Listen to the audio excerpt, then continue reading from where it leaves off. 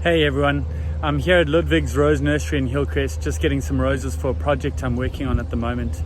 And I just thought I would show you around a little bit.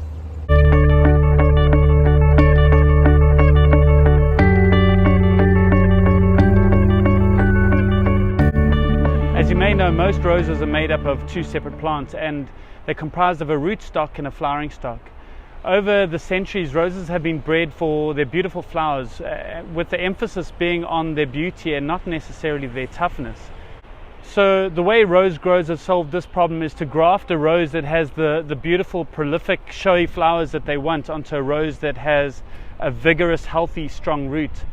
I actually did some of the practical part of my diploma at Ludwig's up in Pretoria many years ago, and it was fascinating seeing the different types of grafts that were done and the skill that these growers had. There are literally tens of thousands of different cultivars of roses available, and rose growing is a whole subculture of gardening in itself.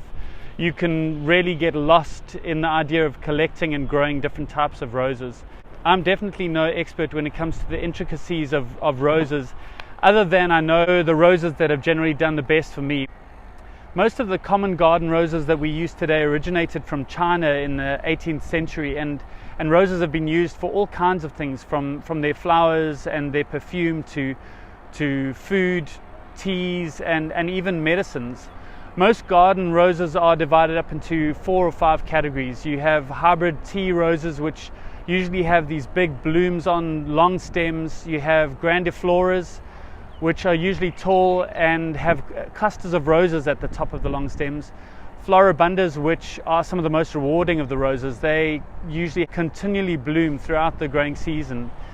And then you get miniature roses, shrub roses, and climbers, and the names tell you everything you need to know about them.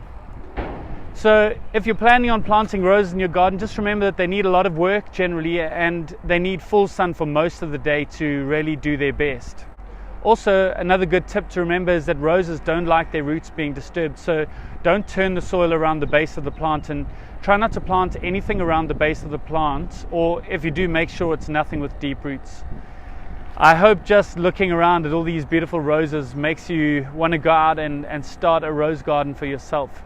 And I must admit, I struggle to leave here without bringing a rose or two home to my garden. If you've enjoyed this video, please like and subscribe and share with someone who you think might enjoy it. Otherwise, happy gardening.